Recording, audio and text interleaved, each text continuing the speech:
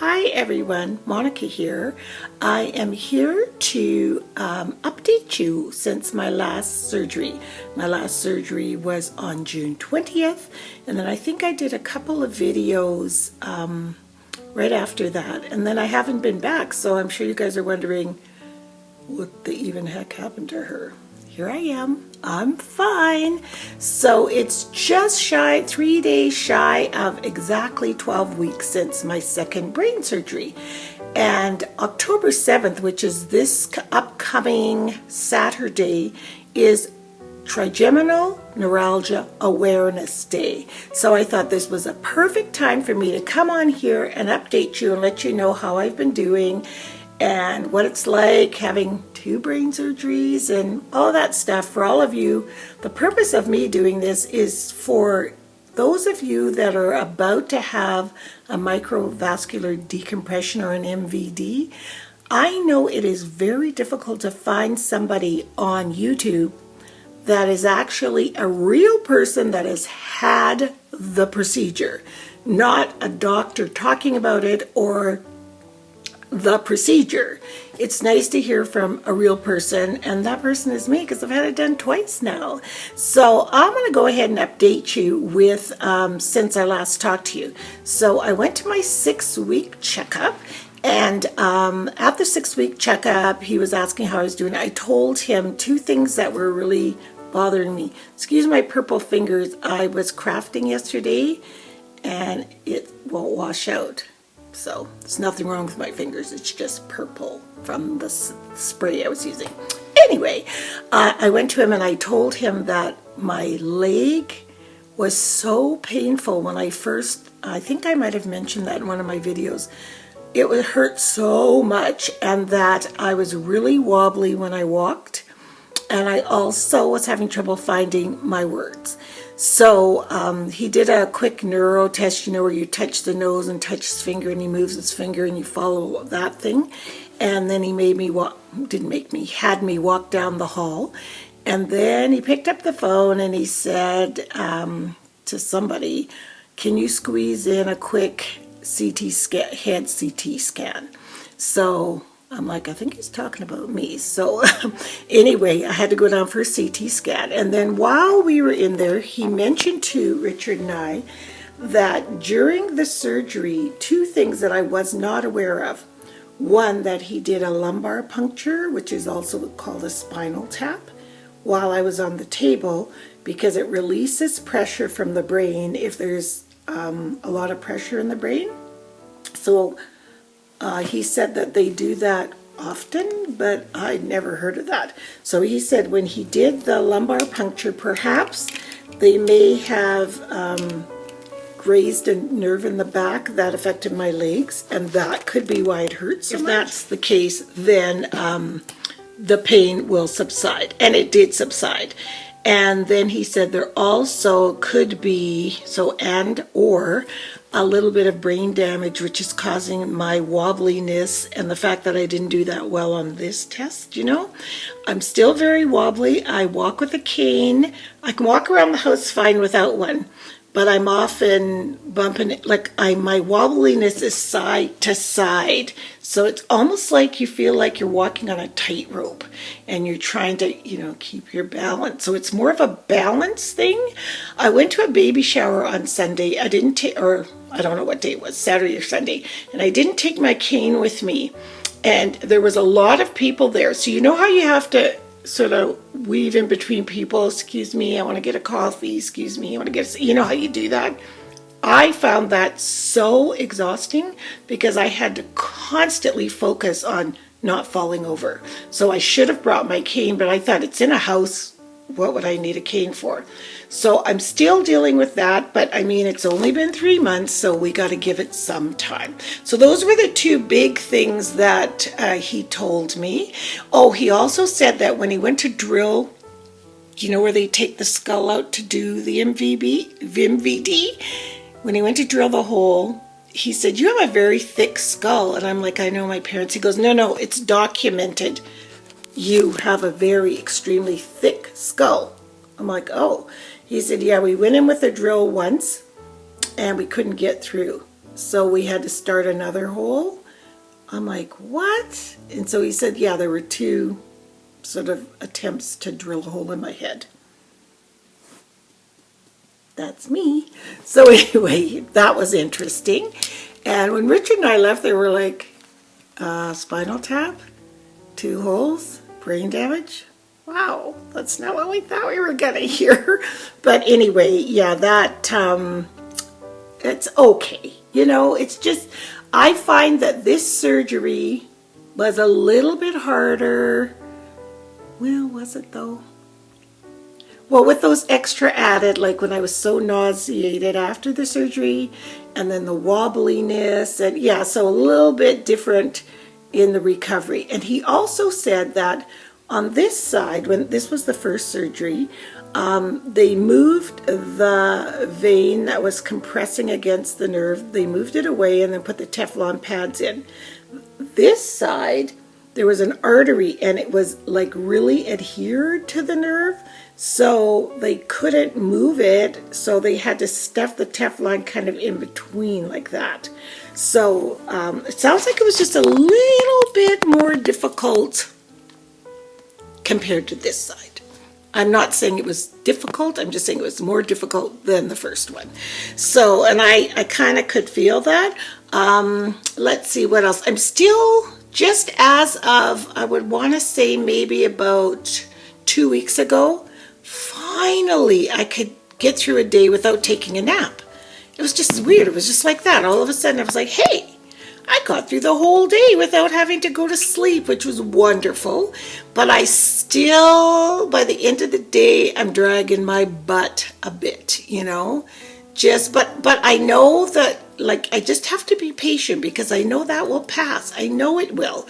And this kind of surgery, although your body and torso is not hurting in any way, is really, that almost makes it harder to deal with or to hang in there, because you get frustrated because you're like, oh, why can't I just stay awake, or why don't I have the energy to do whatever? But it will come, so just be patient. It is not like other surgeries where 6 weeks is the magic day where you feel great. No, this can be up 3 to 6 months, even up to a year till you're feeling pretty good. So you have to hang in there. I also noticed that I'm starting to get where they drill in and then they put a Teflon pad over top where they remove the skull caves in a little bit. And I remember the first time it happened over here, it totally freaked me out. I went to wash my hair, like, oh, because, you know, you're usually used to your nice smooth skull, and now it's got a divot in it. And so this one just started it's just caving in now. So the fact that I already knew about this side, it was more of a, as opposed to a freak out, you know? So, as you know, Trigeminal Neuralgia Awareness Day is on Saturday. Try to wear some teal or paint your nails teal, which I will do because this is not teal, but I wore some teal today in here. And just try to maybe paint the social media world with teal. There's lots of public service announcements and memes that you can put up on your page just to let people know about this disease.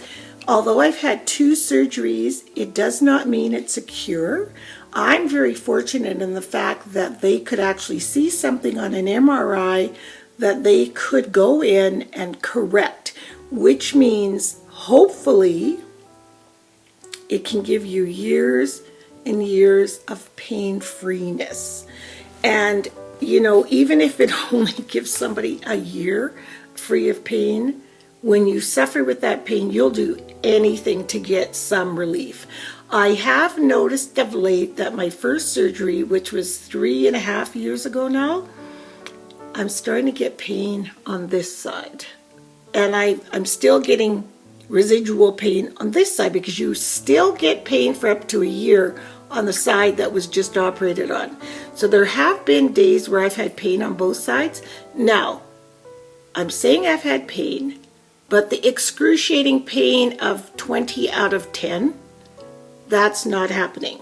it would be more equivalent to a really bad headache. You know, it's not the severity of the trigeminal neuralgia attacks that those of us that suffer with, we know. I noticed the last couple of days too, I will get numbness, like I've been to the dentist, on the side of my tongue and in here, but I again know that that's all still healing. So you know, your nerves are reattaching and everything's going back to normal, or as normal as I can be. But you know, so you're getting these kind of sensations, and my clue and cue is when I start getting facial pain, I've done too much. So go chill, go watch a movie, go read a book, just relax. Or you've had too much stimulation. Like I was saying about the shower, went to the baby shower and it was lovely, but there's so many people and I'm chatting away and I was exhausted because your brain is still healing and stimulus is really exhausting. Overstimulus. It's like when people get concussions, you know, they're supposed to be in a dark room, close their eyes, rest, no stimulus so the brain can heal. It's the same kind of thing.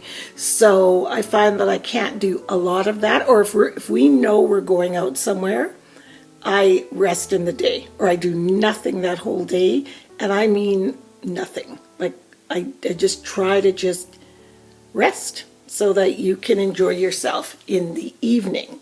And also on this side and this side, I had zingers, and that's what the doctor called them. And what they are is like these lightning bolts of pain that just go bzz. It's really quick, and it makes you go, ow, ow, ow, ow, and then it's gone. And I was like, what? This time, on this side, I was like, what is that? And it can be anywhere on that side. And he told me the nerves that were cut and touched or, you know, messed with have to reattach and reconnect, and it's just the nerve reconnecting, refiring, and like almost like all systems are a-okay. But it feels really, really weird, especially if you're out somewhere and you're like, ow! People look at you. I've had lots of questions because my hair is very short, so I have 2 scars.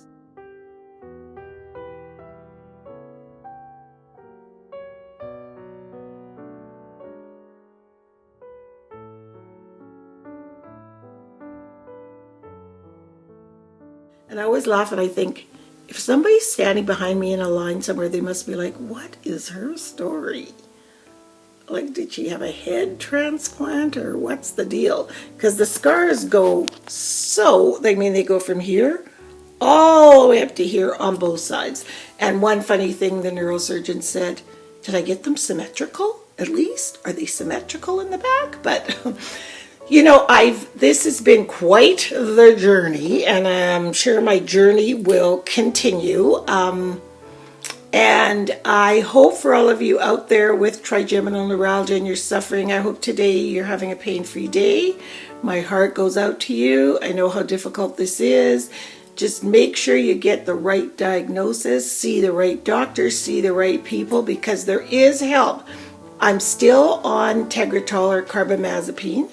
I still take that, and I'm not ready until I'm completely no pain on either side for quite a while, then I'll come off. That's the only medication I'm taking for trigeminal neuralgia, so that's really good. So other than that, I'm doing really good.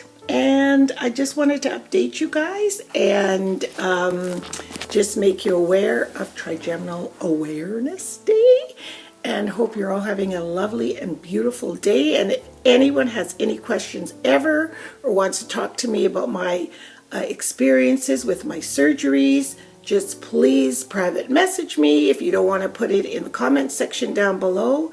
But I'm here to help you. We're all warriors on this journey, and we're here to support each other. So thank you so much for watching, and another big huge thank you out there to all the caregivers that look after us, because it's not an easy job and it's rough on them, and I feel so bad for them.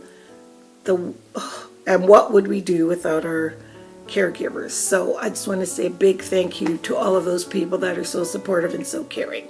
So we will see you soon, and hopefully it won't be for surgery number 3. I'm not having that. Nope, sure not. Anyway, thanks so much for watching. Bye.